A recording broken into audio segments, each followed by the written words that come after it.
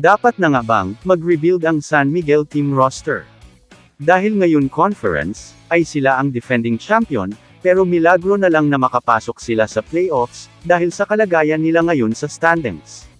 Kung matatalo ang Manolia at NLEX, sa huling mga laro nito, ay lalaban sila sa NLEX para sa huling pwesto ng playoffs.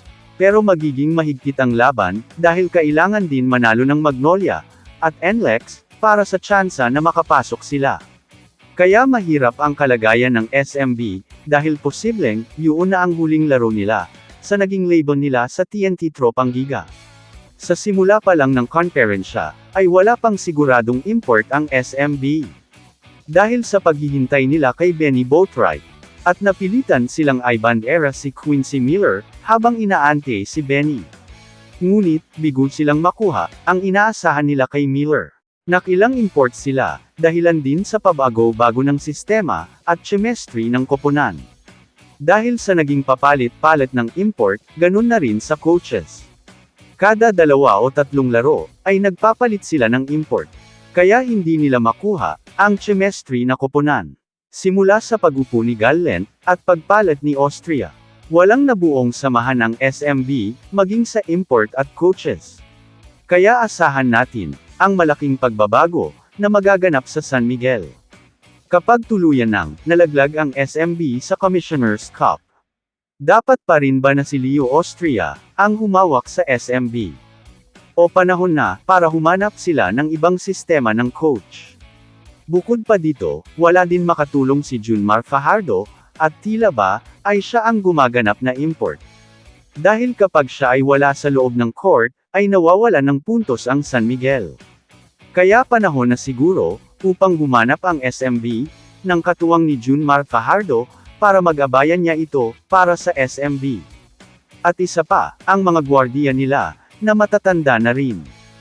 Tulad nila Chris Ross, Marshall Lassiter, Jericho Cruz, at si Jay Perez.